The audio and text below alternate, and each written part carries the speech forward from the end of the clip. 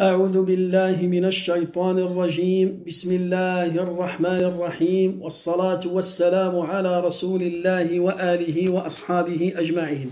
Mes chers frères, mes chères sœurs, assalamu alaykum wa rahmatullahi wa barakatuh. Aujourd'hui, bi'idnillah, on va essayer d'expliquer Surat Al-Qadr, Surat la destinée. Allah Azza wa Jalla, il dit dans cette sourate-là, Bismillahir Rahmanir Rahim, Inna anzalnahu fi laylatil qadr. Nous l'avons certes fait descendre pendant la nuit d'Al-Qadr. Wa ma adraka ma laylatul qadr. Et qui te dira ce qui est la nuit d'Al-Qadr? Laylatul qadri khayrun min alfi shahr. La nuit d'Al-Qadr est meilleure de 1000 mois. تنزل الملائكة والروح فيها بإذن ربهم من كل أمر. Durant celle-ci descendent les anges ainsi que l'esprit par permission de leur Seigneur pour tout ordre. Salamun hiya hatta matla'il fajr. Il est paix et salut jusqu'à l'apparition de l'aube. Cette sourate-là, il parle du Coran et comment Allah Azza wa Jalla a révélé le Coran. Allah Ta'ala, il dit, nous l'avons certes fait descendre pendant la nuit d'Al-Qadr. Descendre, là, il parle du Coran. Et les savants, là, ils ont dit, le Coran, il a été révélé, il a été descendu sur terre par deux manières. La première manière, c'est l'écriture. Il a été descendu écrit. Et la deuxième manière, c'est oral. L'écrit et l'oral.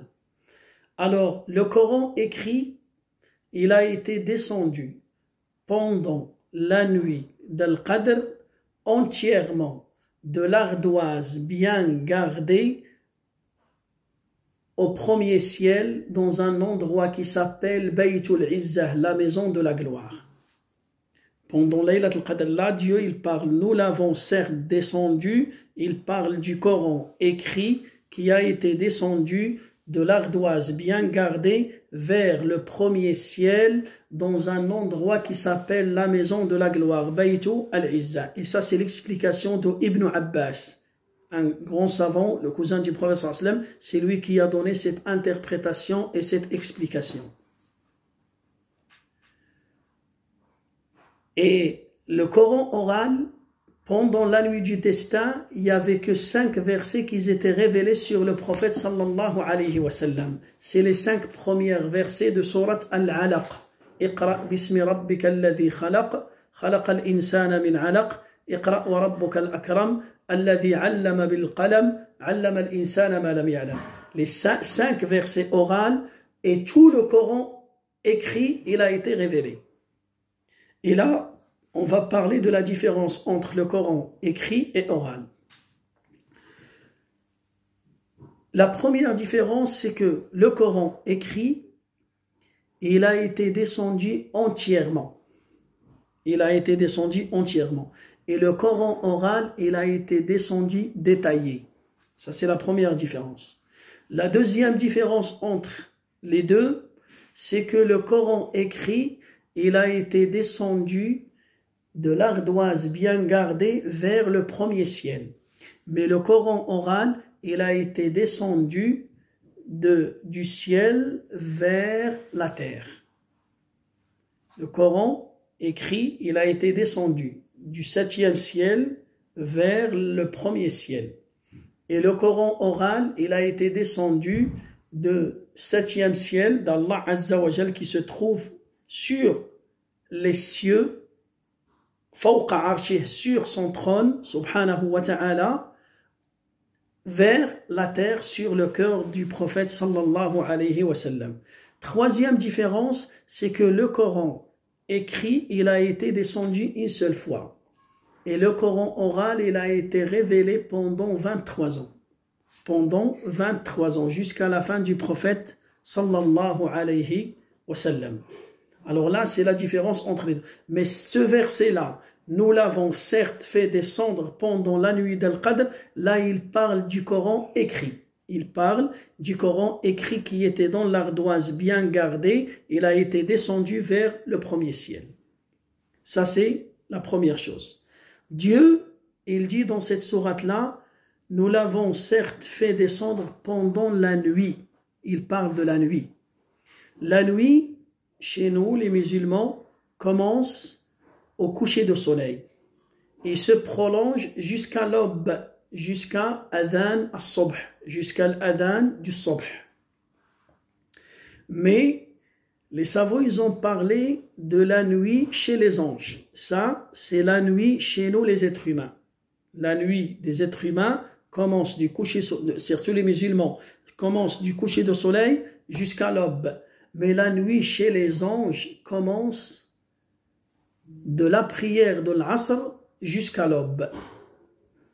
Et la preuve, c'est que le prophète sallallahu alayhi wa sallam, dans un hadith authentique, il nous a dit qu'il y a deux groupes des anges qui descendent sur terre chaque jour.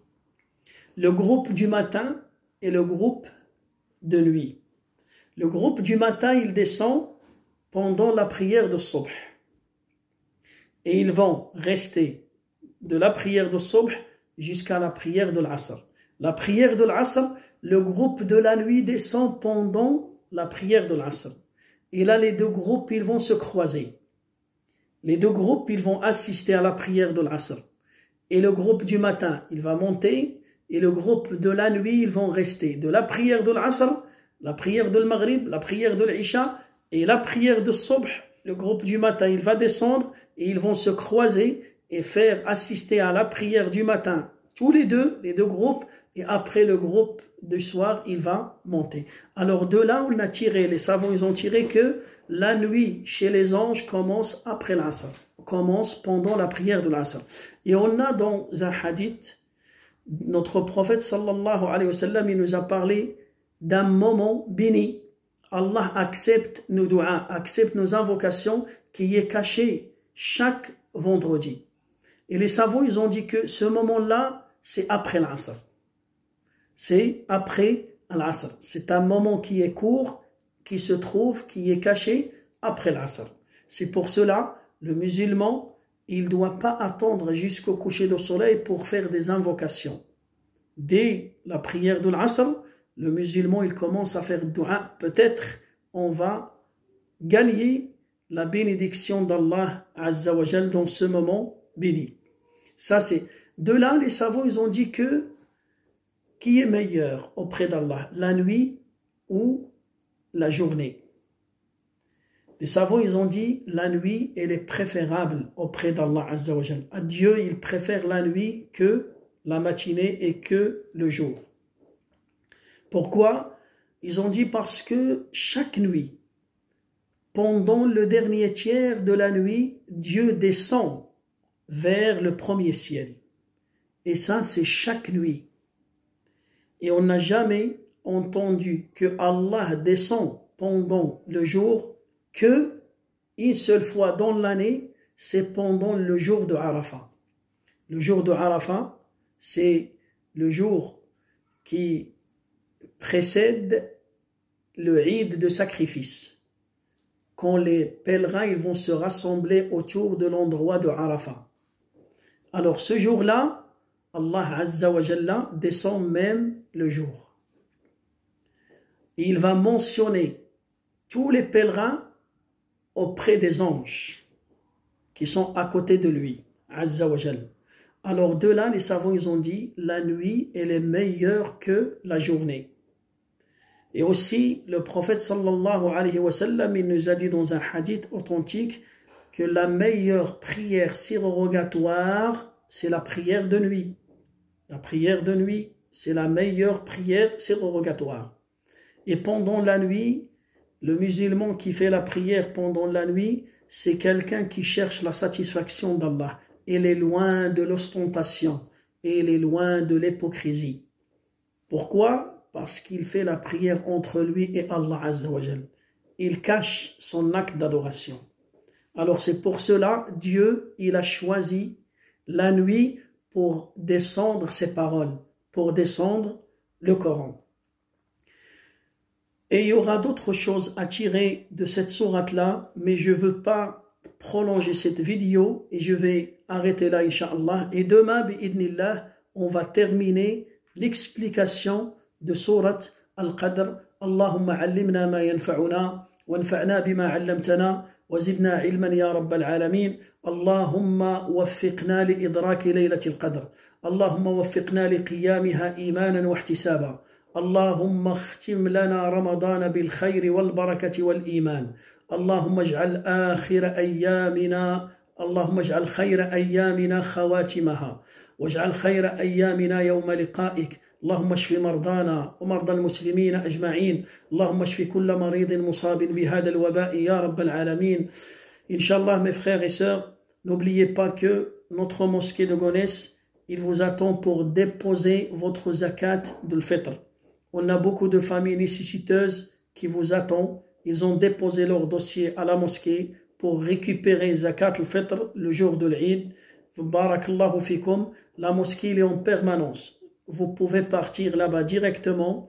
Il y a une boîte qui est fixée à l'intérieur de la mosquée, mais vous pouvez mettre les billets à l'intérieur. Celui qui veut déposer sa zakat, il doit être sûr et certain que son argent, il va partir chez des familles nécessiteuses, des vraies familles nécessiteuses qui sont dans le besoin, et on va leur donner zakat al-fitr avant la prière de l'Eid ou bien après, selon la capacité et selon l'organisation qu'on va faire bi'idnillahi azza wa jal. Fallahumma allimna واجعلنا من المؤمنين واجعلنا من الصادقين. سبحان ربك رب العزة عما يصفون وسلام على المرسلين والحمد لله رب العالمين.